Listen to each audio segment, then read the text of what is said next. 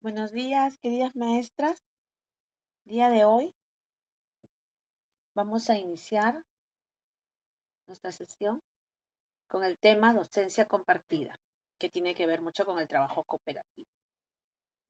Como sabemos, uno de los pilares en las que sustenta nuestra escuela inclusiva tiene que ver mucho con el concepto de apoyo, con el trabajo colaborativo, lo que es colaborar, ya que esto va a incluir la intervención en el propio contexto, ¿no? Esta colaboración de toda la comunidad educativa tiene que ver mucho con cómo nosotros lo realizamos y para un fin. Por eso es muy importante tener en cuenta esta diversidad en el aula, porque esto va a favorecer a que el aprendizaje se gestione bien y que los recursos nos alcance los logros programados durante el año escolar. En ese sentido, siempre trabajamos con la posibilidad de que esto se considere una propuesta de innovación educativa. Es por eso que en la actualidad, cuando hablamos de atención a la diversidad, en realidad estamos haciendo el concepto de docencia compartida.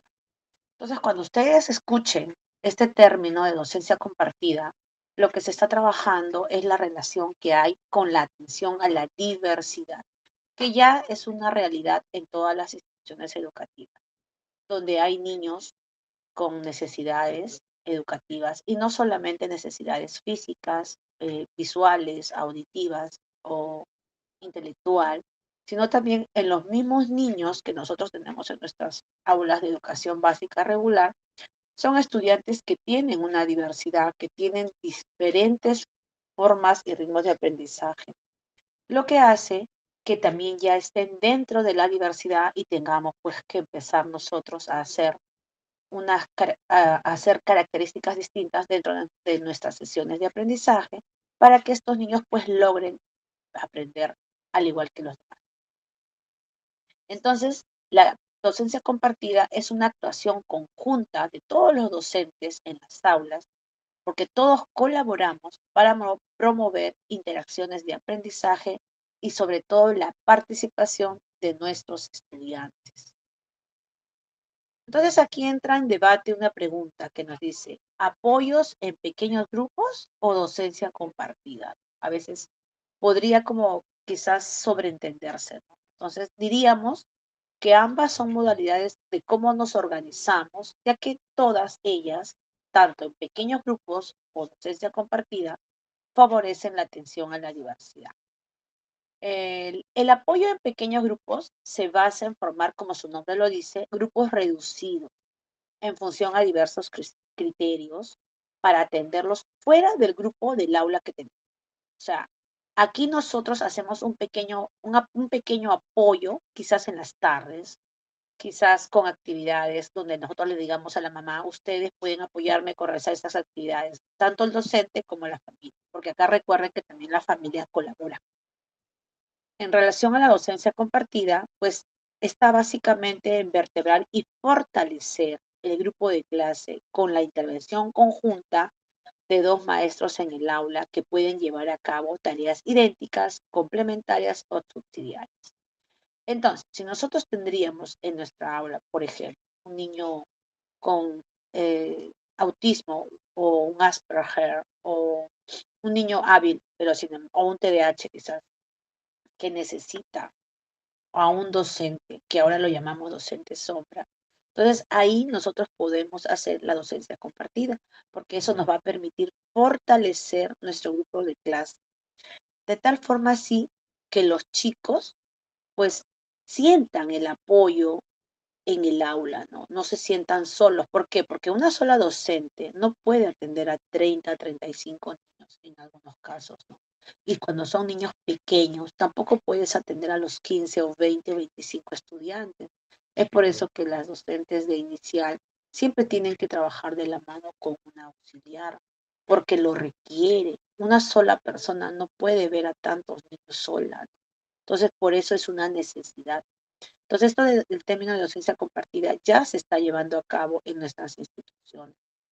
Entonces, frente a la pregunta que decía, apoyos en pequeños o docencia compartida, en realidad las dos opciones son válidas, las dos. Las dos podemos trabajarlas de la mano para nosotros poder lograr nuestros objetivos. Deberíamos tender a la coexistencia o a la alternancia de las dos modalidades y desdoblar si es más sencillo que hacer un buen uso de la posibilidad de dos docentes simultáneamente. Entonces, no se trata de que van a ser dos profesoras de inicial, dos profesoras de primaria, no, a eso no se refiere. Supone que tú eres la docente, la que está a cargo del aula, ¿no? Pero, sin embargo, si tú requieres el apoyo, por ejemplo, primer y segundo grado, algunas instituciones también buscan siempre el apoyo de una persona docente o maestra sombra o auxiliar que nos apoye. Justamente, ¿por qué? Porque la diversidad de los estudiantes hace que nosotros requeramos de ese apoyo. Ahora, de tercero a sexto o en secundaria, pues ahí ya vendría el apoyo en las tardes, ¿no? De la forma que ustedes podrían también trabajar con los estudiantes para poder lograr las metas, ¿no? Entonces, el apoyo en grupo es más fácil y más cómodo para el docente y obviamente tenemos menos complicación, pero siempre es necesario la coordinación, de tal forma que yo trabajo una actividad y la otra docente, al momento de hacer el refuerzo, ¿no? Por ejemplo, la maestra sombra, pues va a tener que trabajarlo en el mismo momento o, en todo caso, siempre teniendo las indicaciones de la maestra del aula.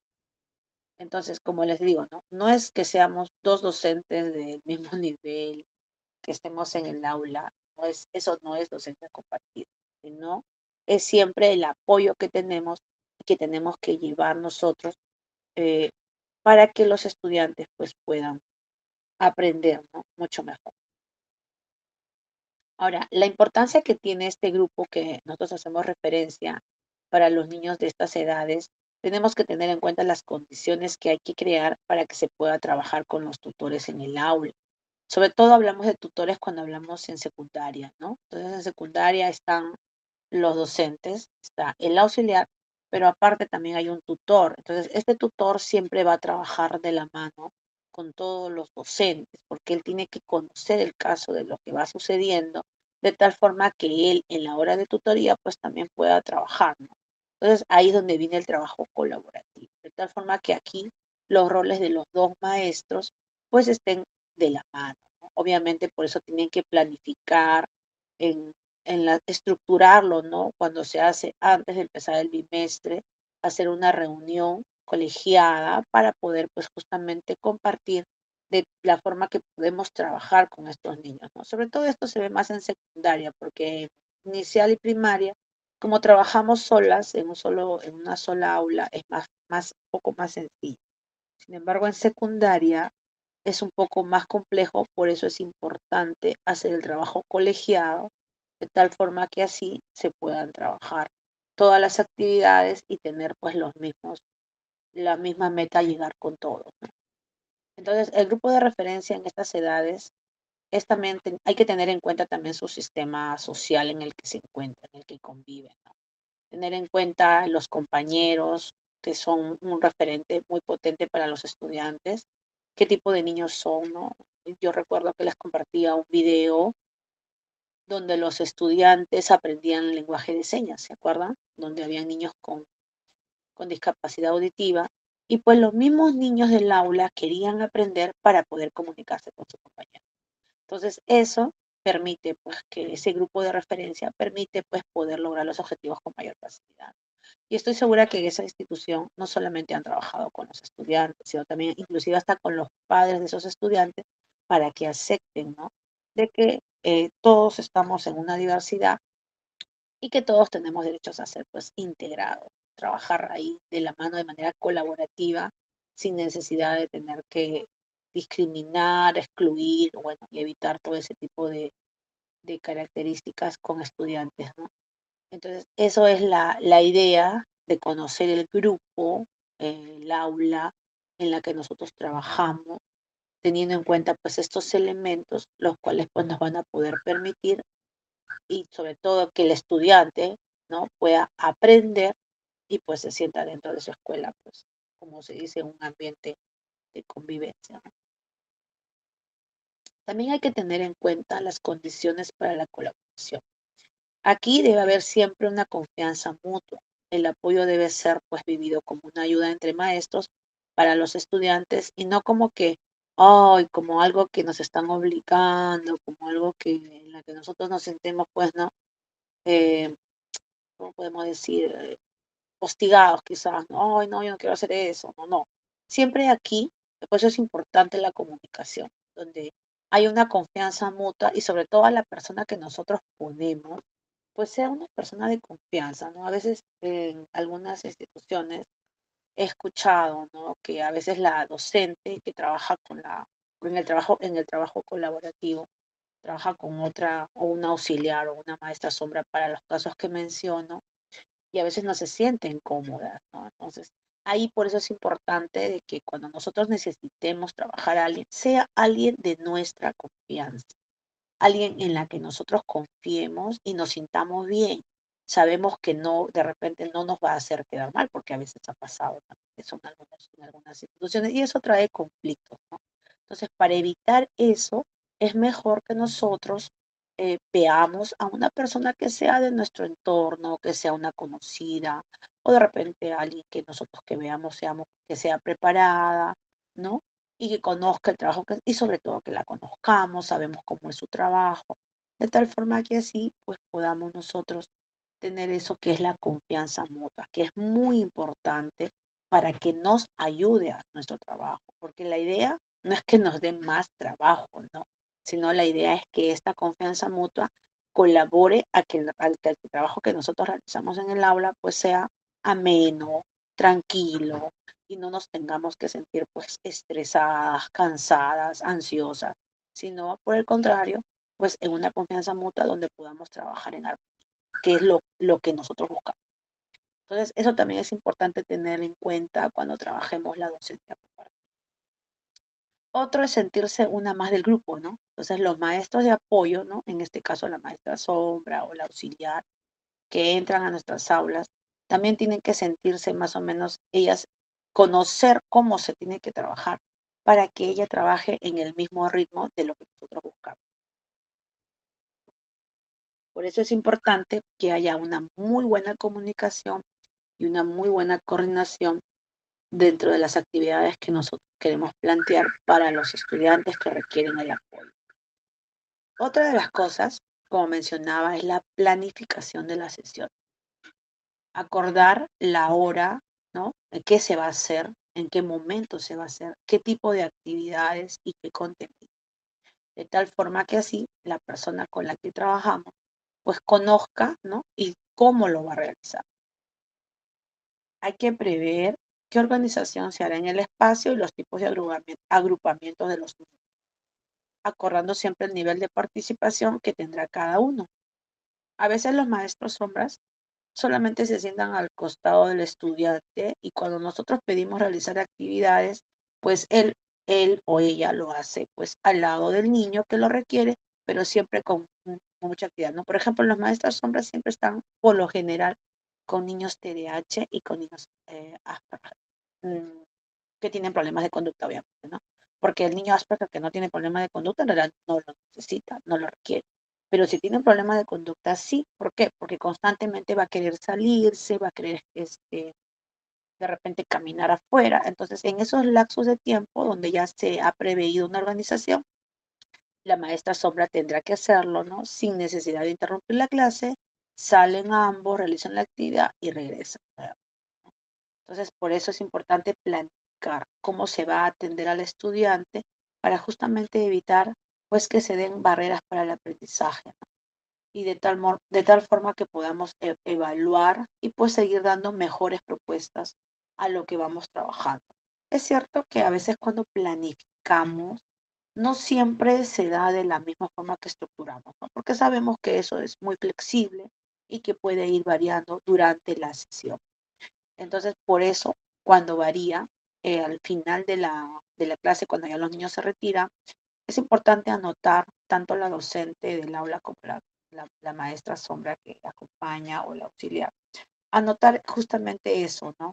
El día de hoy sucedió tal actividad y no estaba prevista, sin embargo, funcionó muy bien lo que hiciste, perfecto.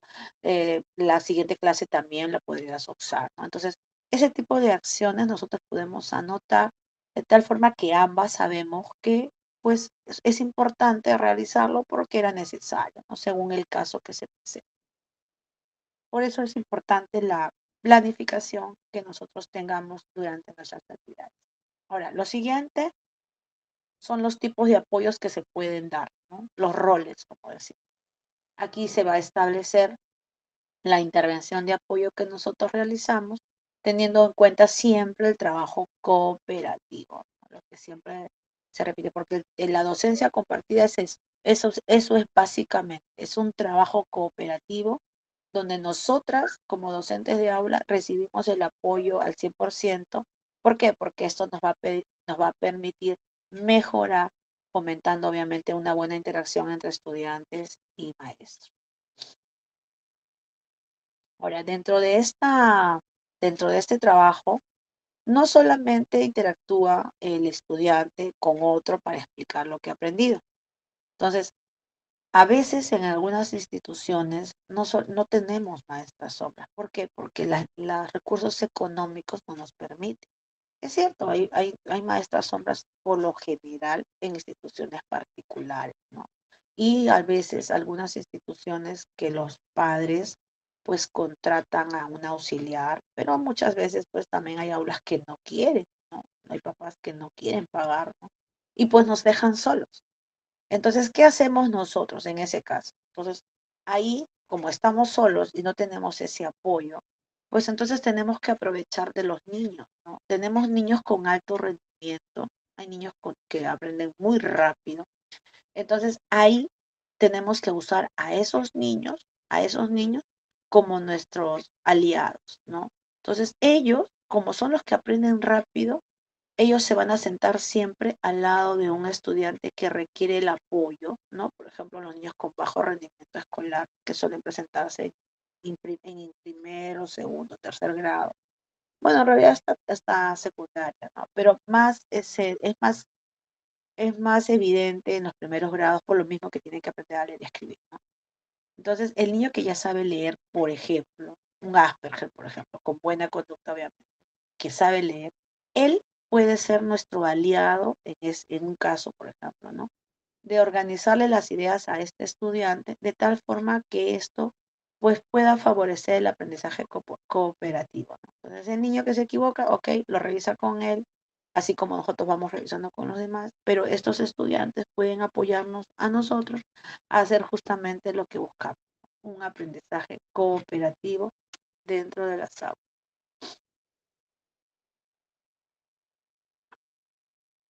Entonces, aquí hay que tener en cuenta varias claves para nuestro aprendizaje cooperativo, teniendo en cuenta diferentes contextos, porque sabemos que en nuestra realidad no todos tenemos las mismas características, ¿no? Entonces, tenemos que ir adecuando. Entonces, las aulas con una estructuración cooperativa de aprendizaje son el medio más eficaz para construir una sociedad inclusiva y lograr la educación para todos. Entonces, aquí va el ejemplo que yo les decía, ¿no? O es la maestra sombra que les ayuda, o básicamente el estudiante con alto rendimiento que siempre hay en toda aula. Y no solo tenemos uno, tenemos tres, cuatro, cinco. Entonces, esos niños van a ser para nosotros los líderes, como decimos, en cada grupo de aula para poder apoyar a los demás estudiantes. Mientras nosotros estamos en un grupo, de repente los líderes pueden ir apoyando y así sucesivamente vamos pasando a los siguientes grupos, ¿no? De tal forma que vemos ya el avance y no nos demoramos tanto para lograr la sesión de aprendizaje. Otra cosa que hay que tener en cuenta es la heterogeneidad, que es algo inherente a la naturaleza humana, ¿no? Entonces tenemos que gestionarla antes de pretender que todos los niños tienen que ser iguales. Y eso sabemos que no es. Los niños no todos son iguales. A pesar de ser una aula de básica regular, entre comillas, como dicen, y entre comillas digo porque no es así, decimos que todos somos normales, pero no es así.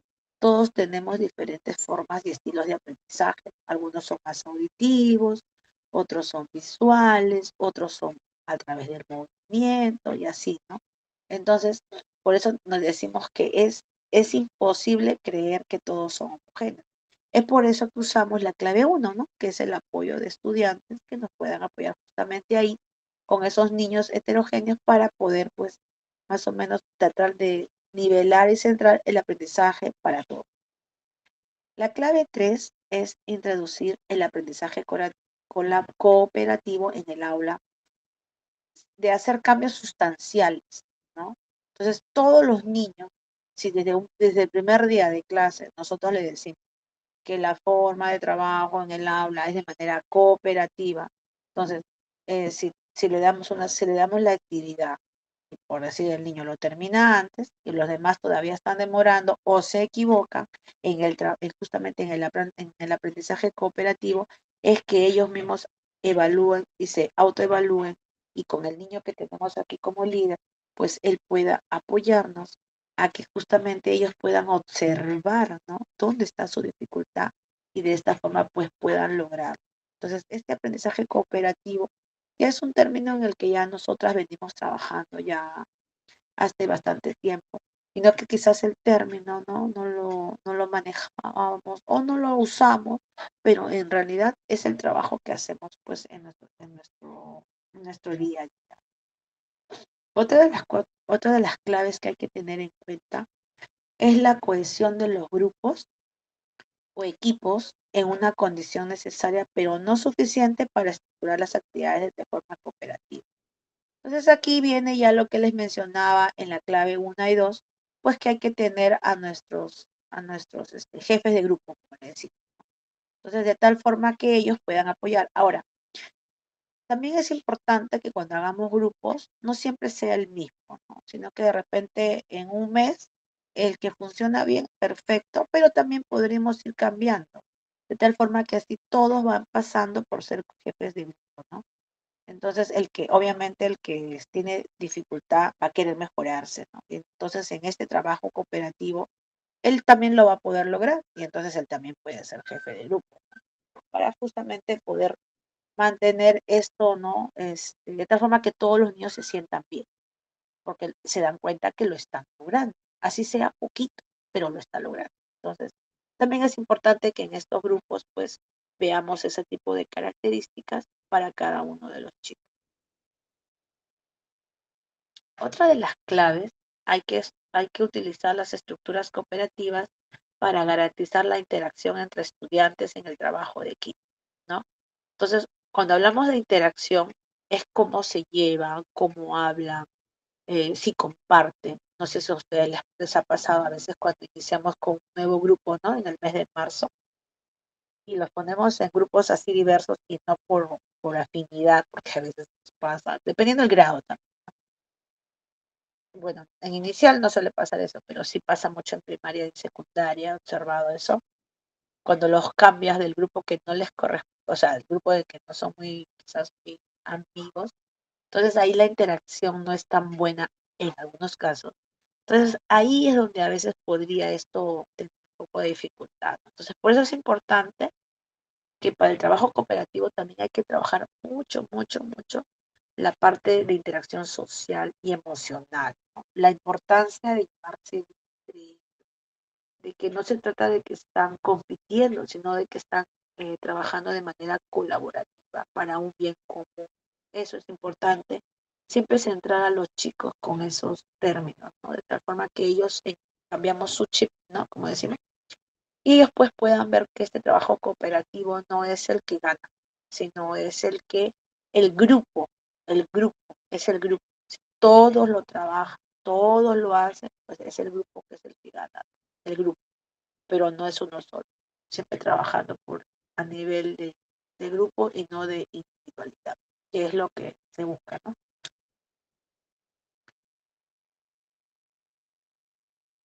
Otra clave, ¿no?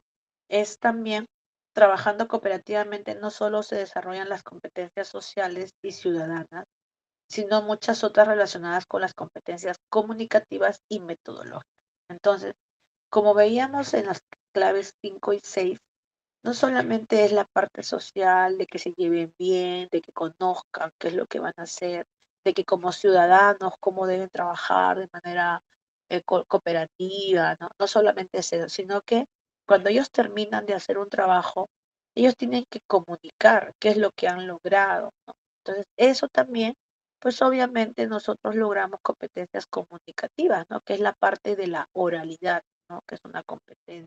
Y ahora lo trabajamos mucho en comunicación. De tal forma que al terminar sus trabajos, cada uno tiene que salir a exponer, así brevemente, quizás el tema que le hayamos dejado en el área que corresponda, en las diferentes áreas también.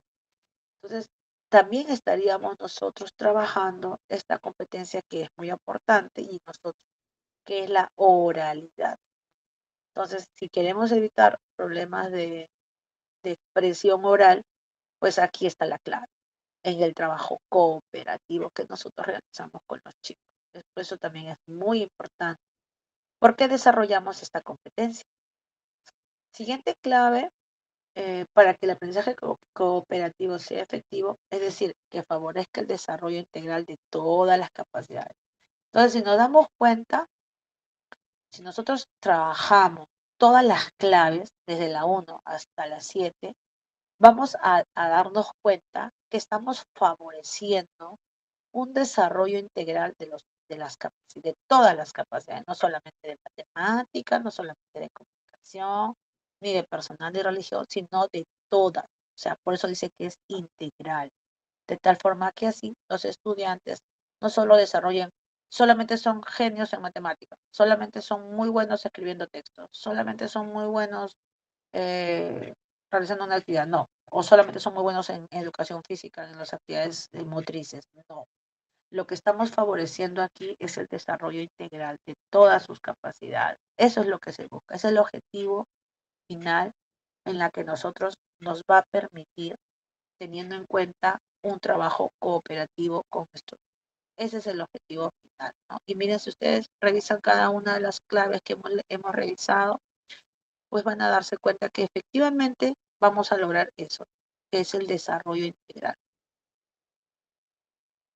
Entonces, el trabajo en equipo cooperativo es un marco ideal para aprender a dialogar, a convivir y a ser solidarios. Si descubrimos eso y lo constatamos en nuestra práctica docente, seguramente vamos a ser más persistentes y constantes a la hora de estructurar de forma cooperativa el aprendizaje en el aula.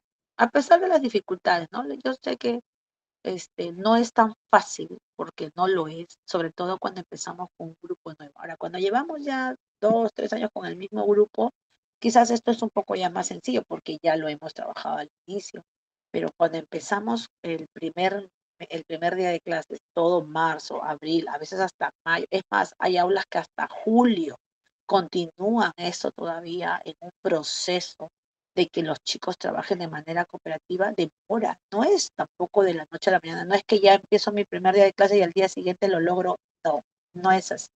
Hay aulas en las que inclusive llevan un año, o sea, todo un año para que los niños pues puedan tener todas estas características y puedan lograr trabajar de manera cooperativa. No es fácil, no es sencillo, no se logra de inmediato, pero sí se puede.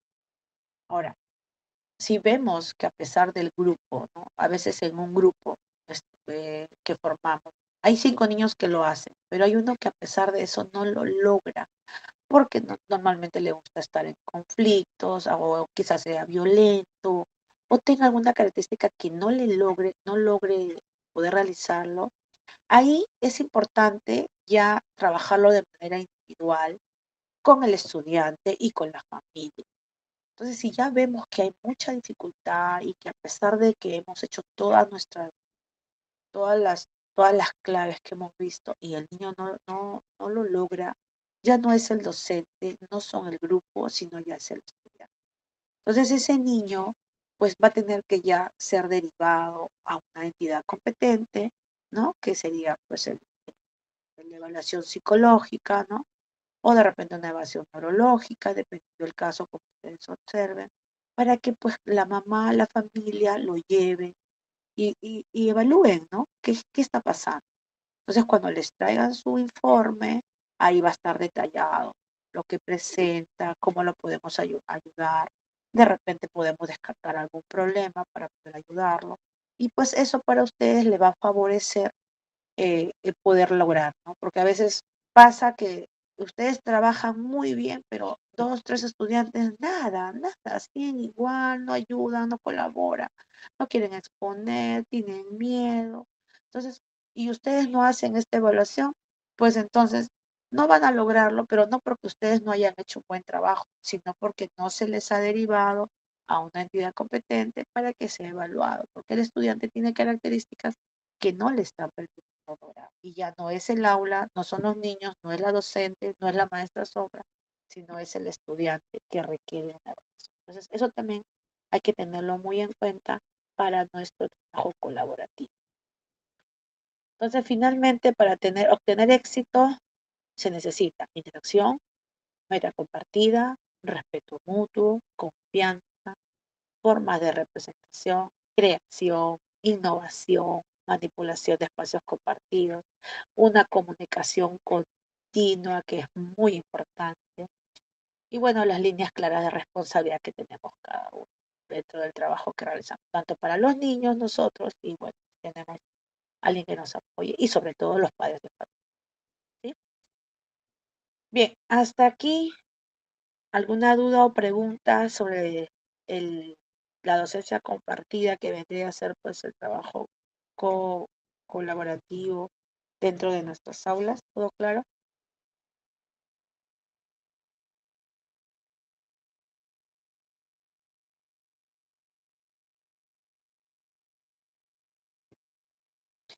Muy bien. Entonces, vamos a continuar con la segunda parte, que son la intervención de los trastornos del habla, que es ya la terapia, ¿no? Y sabemos que para nuestra terapia, nosotros tenemos que siempre recordar las cuatro intervenciones que debes de tener para realizar tu terapia con cualquier fonema que requiera el estudiante, ¿no? O paciente que tenga.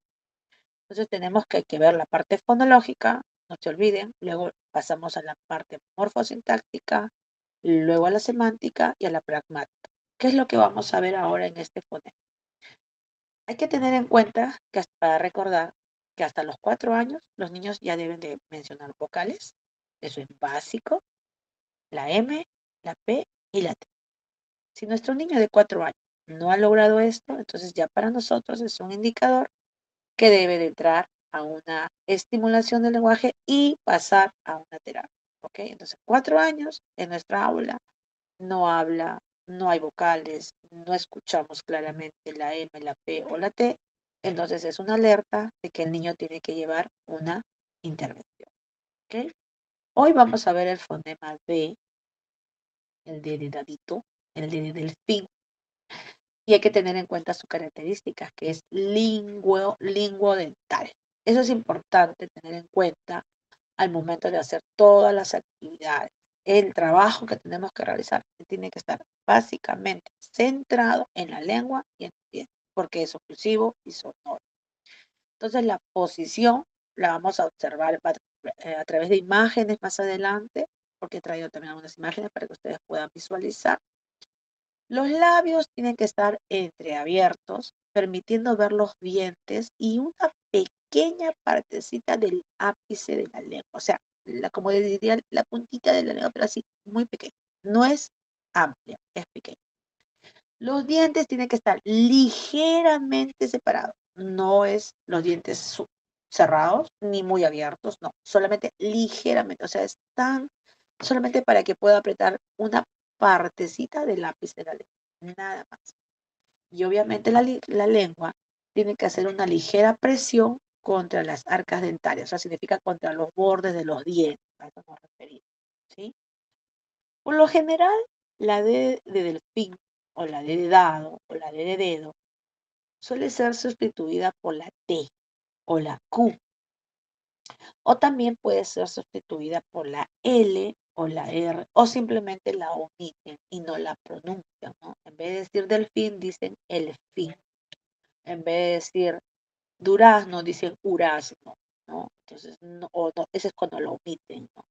Entonces, eso también hay que tener en cuenta cuando hagamos la evaluación para poder trabajar nuestro fonema. Entonces, mira, si observamos aquí, esa es la posición. Miren, los dientes, ¿ya? Ligeramente el ápice y la posición de la boca.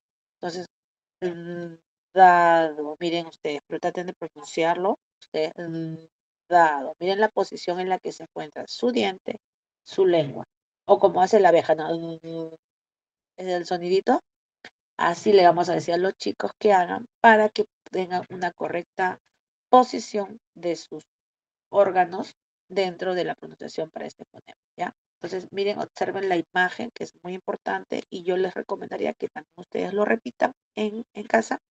Dado, dado. Y está esta rayita, justamente esta raya de acá la he colocado para que ustedes puedan ver cómo vibra. Y es muy ligera la vibración que tiene. Y esa es la que nosotros queremos lograr que haga el niño que no logra pronunciar justamente este fonema. Para ello podemos realizar una gimnasia bucal, así le llaman, que es un ejercicio que lo podemos hacer durante 2 veces o 3 veces, ¿no? Al inicio y al final. ¿Qué le vamos a pedir? Primero que pase la punta de la lengua por el borde de los dientes superiores, como para que vaya movilizando la lengua. Siguiente, que mueva la lengua de forma giratoria entre los labios de los dientes, ¿ya? Luego le vamos a pedir que mueva la lengua hacia los lados, que también les he compartido varias imágenes. Otro, que va a sonreír con la boca cerrada y con la boca abierta. Mover la lengua de arriba para abajo y que abra la boca y haga como si estuviera bostezando. Ah, así, con el sonido. Y finalmente, que cierre y que abra su boquita. ¿Está bien? Entonces, todos estos ejercicios tenemos que trabajarlo como primer lugar cuando estamos trabajando. Primero el sonidito y luego viene este tipo de ejercicios que tiene que ver mucho con la lengua, que son muy importantes. Por eso dice gimnasia bucal, que tiene que ver todo con los órganos de su boquita. De tal forma que así podamos estimular para que pueda salir el sonido. Entonces, dentro de esos ejercicios linguales van a venir también los ejercicios de respiración bucal y obviamente los ejercicios de discriminación fonemática, que ya lo hemos visto para el fonema P. En vez de P, lo que le vamos a pedir que pronuncie es la DA, ¿ya?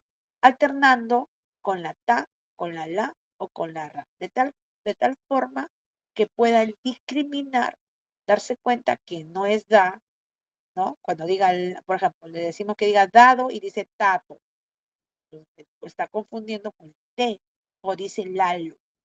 Entonces, cuando está confundiendo, ahí nosotros tenemos que hacer la discriminación fonemática con una actividad para que el niño pueda hacer. Bien, vamos a ver ahora unos ejercicios de respiración fisiológica. Las repeticiones pueden ser 5 veces, dependiendo de la edad de los niños. Si son pequeñitos, puede ser hasta 2 veces, ¿sí? Recuerden siempre la edad, ¿ya? Eso es importante. Entonces, aquí tenemos la respiración fisiológica. ¿Qué vamos a hacer? Vamos a poner las manitas en el abdomen y escuchar lo que le va a decir a ustedes. A continuación, coge el aire por la nariz. 4 segundos. 1, 2, 3, 4. Se hincha su abdomen, o sea, su barriguita se hincha. Y después deja ir el aire por la boca, ¿ya? Para soplar lo más lejos posible. Aquí podríamos usar la vela o podemos usar cualquiera de las actividades que le dejé para el soplo, ¿ok? Entonces, nuevamente le pedimos que respire, mantiene 4 segundos, 1, 2, 3, 4, ustedes cuentan, hincha obviamente su abdomen o vientre y expulse el aire para poder soplar la vela o mover de repente algún objeto que nosotros querramos, ¿no? ¿Está bien? Entonces, este ejercicio de respiración lo vamos a hacer por 5 veces, dependiendo de la edad del estudiante. Luego vamos a hacer ejercicios de tono, que también ya hemos visto en la clase anterior, donde los estudiantes repiten el sonido de agudo a grave, haciendo pausas, con pausas, sin pausas.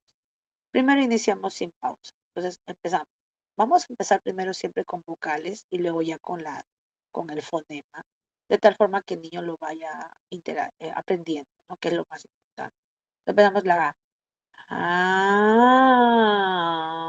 Entonces, de grave, agudo a grave. Y luego de grave, agudo. De fuerte, agudo. Más despacito. ¿Sí? Ah, bajan a agudo. ¿Ok? En ambos inversos, sin pausas, van a realizar con la vocal A, luego la vocal E, luego la vocal I, luego la O y luego la U. Entonces, de agudo, grave y sin pausa. Ustedes dicen, aumenta el sonido, la intensidad, ¿ok? Es el de agudo a grave y a la inversa.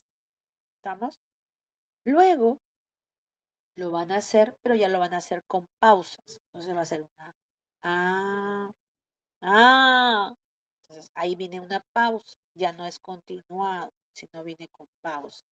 Entonces ustedes tienen que explicarle al estudiante que lo va a hacer el primero sin pausa, de agudo a grave y de grave a agudo sin pausa. Y luego lo puede hacer con pausa, o sea, va a haber una interrupción y luego continúa el siguiente sonido. ¿Ok? Entonces, estos ejercicios de tono, primero lo vamos a hacer con vocal y ahora vamos a hacerlo ya con el fonema. De débil a fuerte haciendo pausas, de fuerte a débil haciendo pausas y de fuerte a débil en una sola respiración. ¿Ok? Entonces aquí le decimos primero haciendo pausa. Da, da, da, da, haciendo pausas. ¿Ok? Y ese es débil. Ahora lo hace fuerte. Da, da, da, da. Ese es fuerte. El débil es da, da. Se tienen que ustedes percibir la diferencia del tono, porque lo que estamos viendo es el tono en este caso, ¿ok? Y obviamente de fuerte a débil, da, da, y lo hacemos respirando, ¿ya? Podemos usar también aquí el ejercicio de la respiración para que el estudiante pueda ir regulando, ¿no? Lo empezamos con vocales y luego, pues aquí como ustedes observan, con las sílabas. Da, da, da, da. Luego, empieza a subir, ¿sí?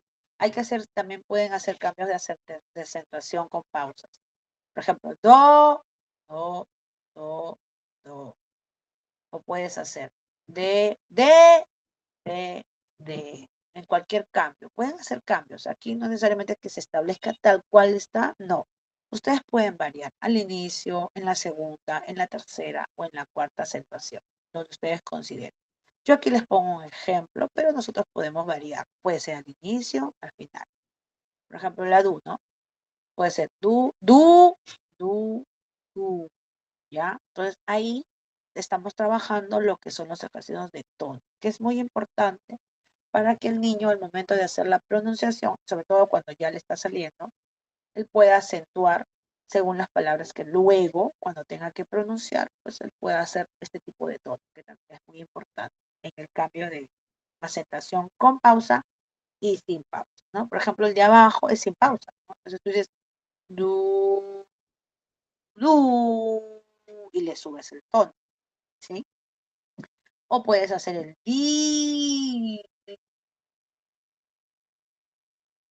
y ya le bajaste el tono. O sea, de alto a bajo con la misma palabra sin pausa. Entonces pueden ustedes en sus actividades realizar estos tipos de ejercicios de tono que les permita pues practicar la actividad con los chicos, ¿no? En sus sesiones de terapia. Otro para la atención, porque hay que trabajar también la atención auditiva, ¿no? Como en la sesión anterior vimos, colocamos ahí al estudiante, le cerramos pues los ojitos, lo podemos tener sentado, parado, según la actividad que ustedes propongan, y hacemos sonar pues, ¿no? Por ejemplo, el timbre, ¿no? Ding, dong, y le decimos, ¿no? ¿Dónde lo escuchaste? ¿Arriba, abajo, derecha, izquierda? ¿No? Si nos ponemos delante, obvio que él nos tiene que decir, fue aquí adelante mío, ya. Si nos ponemos atrás, él dirá, no, fue atrás mío. Entonces el niño tiene que identificar dónde fue. Acá es importante trabajar mucho la atención como les digo, ¿no? Siempre trabajamos todos los procesos cognitivos. Es importante para el lenguaje porque sabemos que nosotros no somos, nuestros procesos no están individualizados, sino están integrados. Entonces, por eso es importante que en los ejercicios de terapia que ustedes realicen siempre integren todas las actividades cognitivas que puedan, porque no solamente es repetir, repetir, repetir, repetir el lenguaje oral, no. Tienen que trabajar todas las actividades para que el estudiante pueda de esa forma poder integrarlo dentro de su vocabulario al momento de que él pueda hablar. Esa es, ¿sí? Entonces, esta actividad ya la hemos visto también en la anterior y es básica para trabajar atención auditiva. Ahora, ustedes pueden hacer con sonido, ¿no? De timbres, con sonidos de la abeja, por ejemplo, o del dado, ¿no? Entonces, ustedes dicen dado y se ponen a la derecha, a ver si lo escucho a la derecha. O hacen el sonido de la abeja, ¿no? O pueden descargar también sonidos de, de audios y colocarlo, ¿no? Pero ustedes van moviéndose adelante, atrás del niño o la niña, a su derecha y a su izquierda, de tal forma que el niño pueda decir, pues, dónde lo escuchó. Y ahí estamos trabajando atención auditiva, ¿sí? Otro ejercicio de la atención auditiva está aquí, pueden usar también ustedes al dinosaurio, ¿no? Con el sonido del dinosaurio, de repente el dinosaurio le colocan una, sobre todo para niños de inicial, ¿ya? Eso lo vi en inicial, me gustó mucho. Lo trabajamos con niños de 3 añitos, o niños o pequeños también, ¿no? No en este fonema, sino en la M y la P. Y colocábamos como una sonajita y le decimos, ¿dónde has escuchado? A ver, señálame con tu mano. Y como ellos no saben cuál es arriba, cuál es derecha izquierda, ¿no? Entonces, señálame con tu manito. Entonces él iba moviendo su manito donde escuchaba el sonido. Y de esa forma nosotros identificábamos que efectivamente sí hay atención auditiva. Entonces ahí ustedes pueden hacer una variedad según también la edad del estudiante. Otra práctica de ejercicios es también trabajar el oído fonemático. Entonces, nosotros podemos emitir sonidos del fonema, justo le explicaba en el anterior post, en el, en el cuarto post, y decíamos, ¿no? Por ejemplo, decimos, quiero que me digas si son iguales. Entonces yo repito y él me dice, igual o diferente, nada más. Solamente estamos trabajando el oído, no estamos trabajando vista, no, solo oído nada más. Entonces yo le digo, a ver, yo te repito, D y D, ¿iguales o diferentes? Y él me dice, iguales, muy bien. Yo después digo, D y T. Y él me dice, iguales o diferentes. Entonces, el niño que suele sustituir te va a decir que es igual, pero entonces le tienes que volver a repetir y con mayor fuerza, nuevamente, D, y obviamente que te vea la boca, ¿ya? Para que vea cómo lo pronuncias diferente. Entonces, ahí, cuando él vea eso, también vea tu boca y ve, te está mirando y solo lo discrimina por la posición de tu boca, entonces no es oído, es solo visual. Entonces ahí tienes que darte la vuelta o taparte la boca, ¿no? De tal forma que él solo lo escuche, porque lo que queremos aquí diferenciar primero es el oído fonemático. Si vemos que a pesar que trabajamos hay mucha dificultad y siempre confunde a pesar de eso, entonces ahí recién dejamos que vea nuestra boca. Entonces empezamos por la parte visual. Entonces cuando vemos D y T y él se da cuenta que la pronunciación es distinta, le hacemos repetir que él también lo haga D y T. Ya cuando vemos que de manera visual él lo logra diferenciar, ahí sí ya empezamos nuevamente y tapamos nuestra boca. Ahí solo trabajamos oído, ya no dejamos que nos vea para, para nosotros poder evaluar si efectivamente es oído o solo es visual, porque también ahí podemos caer en la confusión y hay que tener mucho cuidado con eso. Entonces, cuando le hagamos repetir, tenemos en el oído fonemático, hay que tener en cuenta este criterio que les digo para no confundir, ¿sí? Entonces repetimos, ¿no? Varias veces, diferentes fonemas. T, D, iguales o diferentes. Ya, diferente, ya, muy bien, ya lo logró. Y si no, continuamos. Y no solamente con la D, hagan con la DA, con la DI, con la DO, con todas las sílabas, ¿ya? De tal forma que ustedes se den cuenta si lo está o no lo está diferente.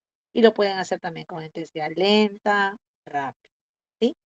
Esa sería otra onomatopeya que ustedes pueden usar, o mejor dicho, como un ejercicio, mejor dicho, para que el niño pueda practicar y poder pues pronunciar con mayor rapidez el fonema. Siempre hay que tener en cuenta el modelo. Aquí les dejo una imagen, ¿no? El sonido parece una mosca volando, también así como la abeja, igual, para que el niño lo pueda visualizar frente al espejo, ¿no? Y frente a ustedes también, y pedirle pues que lo haga como si fuera una mosca o una abeja, ¿no? Pero recuerden, la lengua siempre tiene que estar entre los dientes, ¿ya? El esquema de ejercicios, como la clase anterior, ¿no? Uh, uh, uh, uh, uh, uh, pausado, aislado, seguido, o si no, también hacemos el aislado, espacio, espacio, ¿ya? O con la da, de, di, do, du, siempre con espacio, ¿ya? Entonces, eso se llama articulación aislada del sistema. Entonces, también les dejo aquí estos ejemplos para que ustedes puedan trabajar dentro de sus terapias.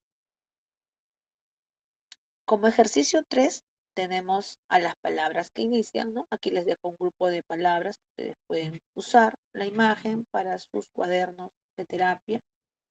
Acá está dinosaurio, dedo, doctora, delfín, dados, dientes, dona, diamante, dominó, ducha, dentista, doctora, ¿no? Que son palabras con la letra inicial para la parte morfosintáctica y puedan ustedes trabajar.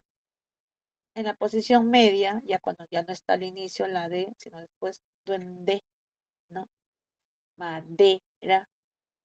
Entonces ahí ustedes pueden usar esas imágenes. Acá sandía, médico, ardilla, está en la posición media, ¿no? No está al inicio, sino en la posición intermedia, el fonema. Pueden usar esas también. Medusa, ¿ok? Conducir, posición intermedia.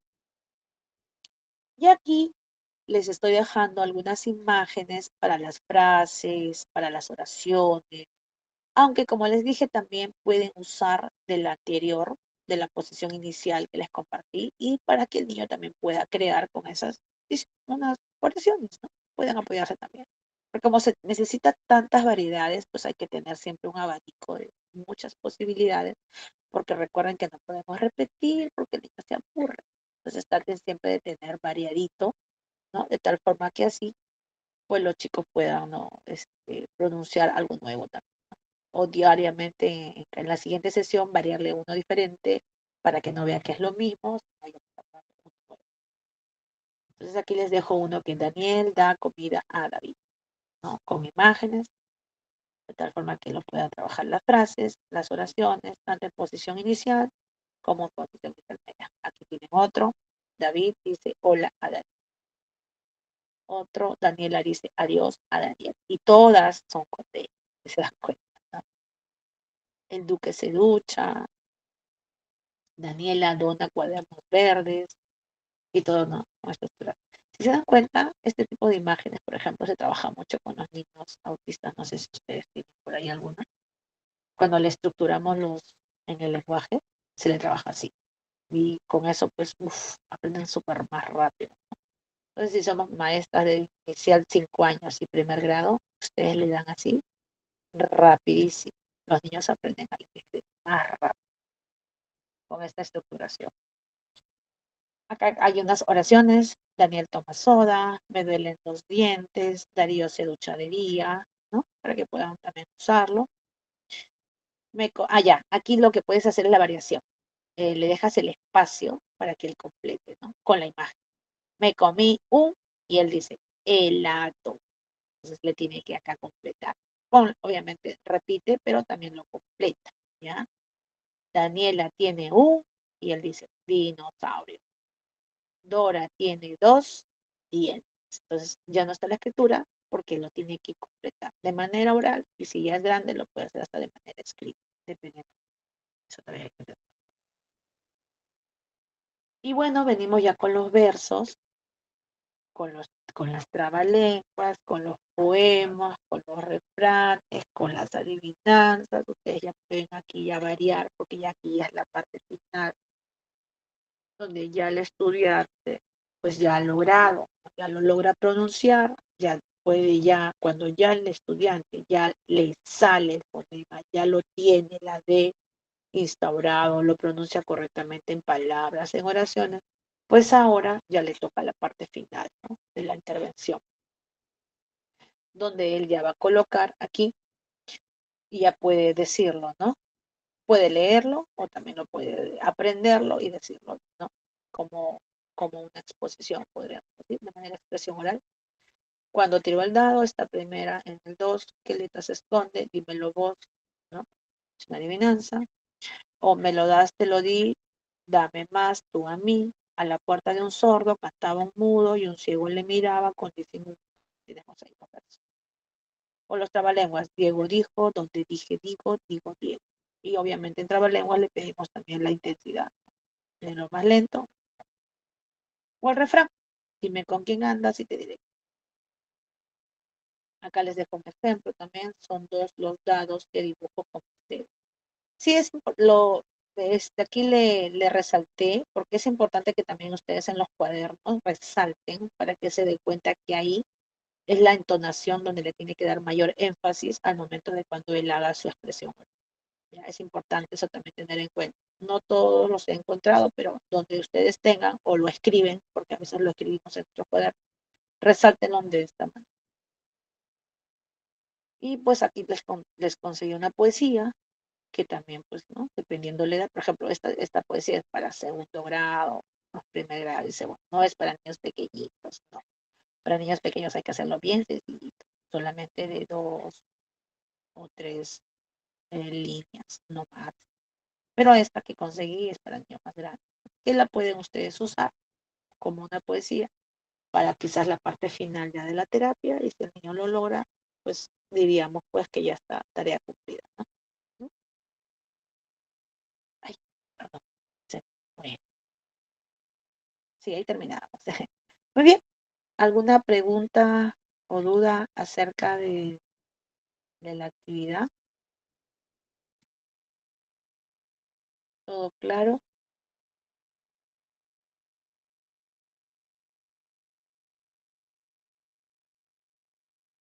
¿Sí? Muy bien. Entonces ha sido un gusto estar con cada una de ustedes. Nos vemos la siguiente clase. Revisen el Classroom, que ahí van a estar las actividades que hemos trabajado día de cada sesión. Nos estamos viendo. Bendiciones para cada uno. Hasta el próximo sábado. Gracias.